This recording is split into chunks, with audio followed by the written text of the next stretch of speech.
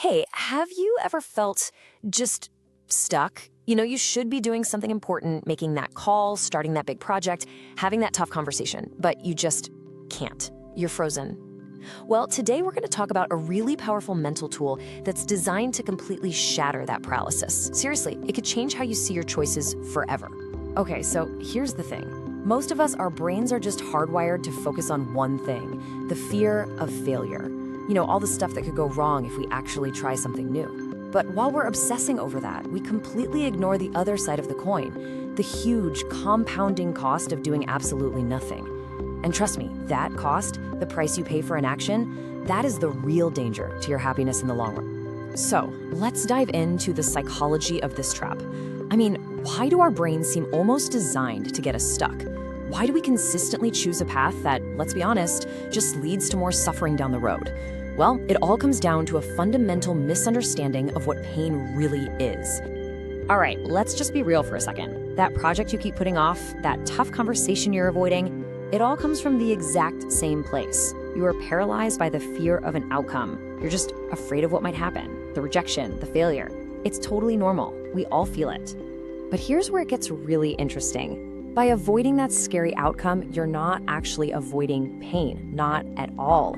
You're simply choosing between two different kinds of pain. And the crazy thing is, psychology shows that our brains, in this sort of misguided attempt to protect us from any short-term discomfort, trick us into picking a much, much worse long-term pain. Okay, so this brings us to a really crucial distinction. You see, all action and all inaction comes with some kind of pain. There's no escaping it. The real key is to consciously choose which one you're willing to live with. So let's break down the two options you've got on the table. So here it is. This is the choice we're making all the time, whether we realize it or not. On one side, you have the pain that ends. This is, the temporary friction of just doing the work. It's tough, it takes effort for sure, but it's over. It ends. On the other side, you have the pain that endures. This is that slow burn anxiety that just eats away at you, that quiet resentment that builds up over years and years of not doing the thing. And here's the punchline. By avoiding the first kind of pain, we sentence ourselves to the second. So how in the world do we break this cycle? We need something that can snap us out of that short-term pain avoidance thinking. And this is where we introduce the main event, the regret mirror. It's a simple but really profound way to reframe your choices by looking at them through the eyes of your future self. And look, this isn't just some feel-good motivational idea. It is backed by a mountain of scientific research. When scientists actually study regret, the conclusion is just overwhelming. It's always the same. We are haunted not by the things we tried and failed at, but by the chances we were too scared to even take in the first place.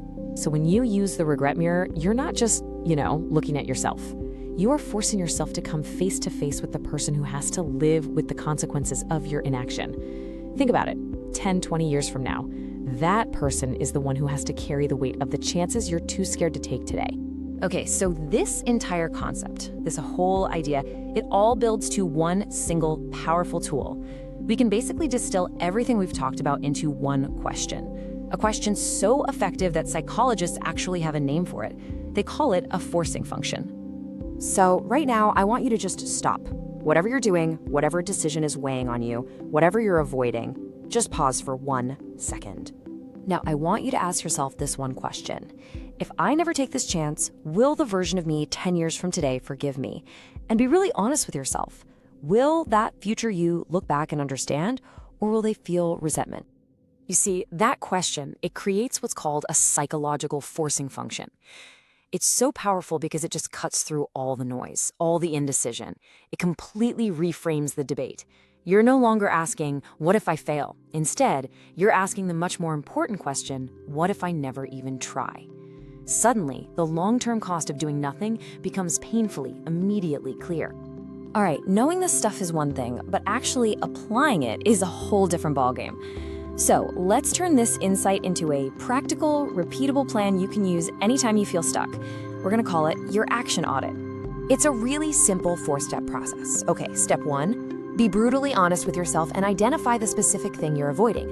Step 2, look in the regret mirror. Really visualize that future self. Step 3, ask the big question we just talked about and answer it truthfully. And finally, step 4, and this is key, map out the very first, tiniest possible move you can take. Not the whole 10-year plan, just the very first step.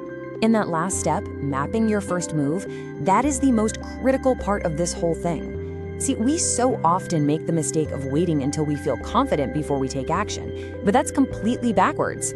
Action is what creates evidence, and that evidence is what builds real, lasting confidence. Confidence comes from doing the thing, not just thinking about it. Action is the only way forward, period. Look, the regret mirror isn't just some mental exercise for a future you that's decades away. It's a tool for right now, today.